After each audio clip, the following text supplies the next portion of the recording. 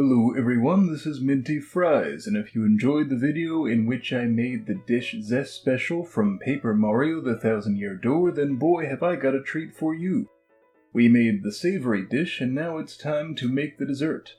That's right, we're going to make this amazing vegan Zess Dynamite dish, made with nice cream and chocolate-covered peanut butter cookies.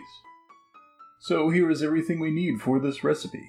We need vegan white chocolate, any brand should do, maple syrup, brown sugar, vanilla extract, creamy peanut butter, plant milk, food coloring, we only need orange, but I got the whole range here, baking soda, maraschino cherries, bananas with Holly Hunter on them, and whole wheat flour. And would you look at this, do you see what I do for you guys? I actually custom ordered these ice cream bowls that look almost exactly like the bowl used in the actual Zess Dynamite recipe from the game.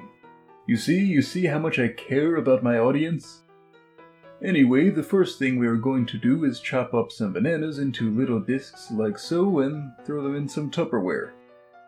Then we put them in the freezer for at least 6 hours. Why are we doing this? I'll get to that in a minute. Next step is to make the cookies. I should point out that this cookie recipe doesn't have to be exact. It is actually quite forgiving. But we need 1 cup of whole wheat flour. You could probably use white, but I kind of prefer the earthy flavor of whole wheat. Then we need 1/2 teaspoon of baking soda, not baking powder, baking soda. A bit of salt, 1/4 cup of white sugar, although I like to put a little less than that, and 1/4 cup of brown sugar. Then a 1/4 teaspoon of vanilla extract and a splash of maple syrup. Now, it's good to start off just putting 2 tablespoons of plant milk in here. It is still going to be quite dry at this point, although it may not be if you are using white flour, but we grab a whisk and start combining these ingredients, and slowly splash in a little more plant milk as needed, until it is about this consistency. But do be careful not to add too much liquid here, you do not want it to be runny. After that, we get it into a ball shape like so and put it in the freezer for about an hour to make it easier to work with. And then split it up into quarters and roll them out into cylinder shapes like this. Bearing in mind that these will expand, so the roll should be a bit thinner than you think it should be. When I first made these, I was a bit concerned that the roll would flatten and become more like a long pancake, and they kind of did. But after I took them out, I waited for them to cool just long enough to where they were safe to work with but still pliable, and then I took my clean hands and brought them back into a cylinder shape.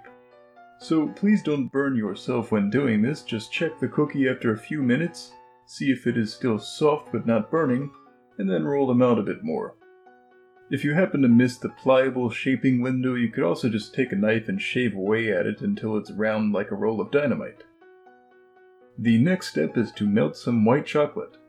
To do that, get a big pot and then get a bowl that fits inside of it.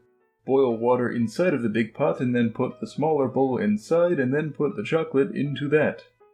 Wait until it melts and then stir in a little bit of orange food dye, which is easier said than done, until it is about the same orange color as in the picture of Zess Dynamite.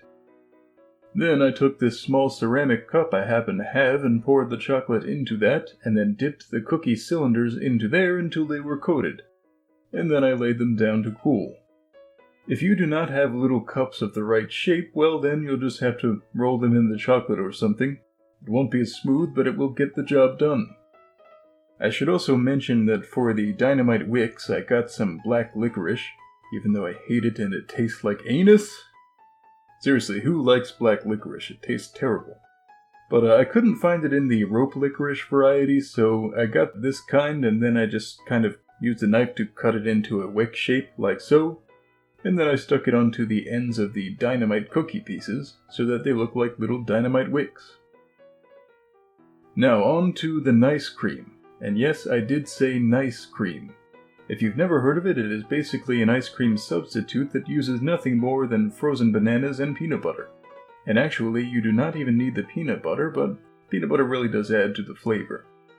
Making it is very simple. Remember those bananas we cut up and froze? Well, just throw those into a food processor, then add a bit of plant milk and a bit of vanilla extract and a heaping helping of peanut butter, and then blend until smooth. You may have to cram some of the frozen bananas into the blades before they start to blend though. And now let me tell you, if you've never had an ice cream before, it is fantastic.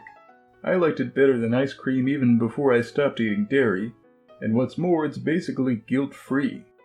I eat a lot of this stuff and it never adds anything to my waist, especially when I use less peanut butter. And you do not even notice that it only has a portion of the sugar and fat of real ice cream. Anyway, once fully blended, we can scoop it into the bowl and then use a rubber spatula to smooth it over and make it a round shape.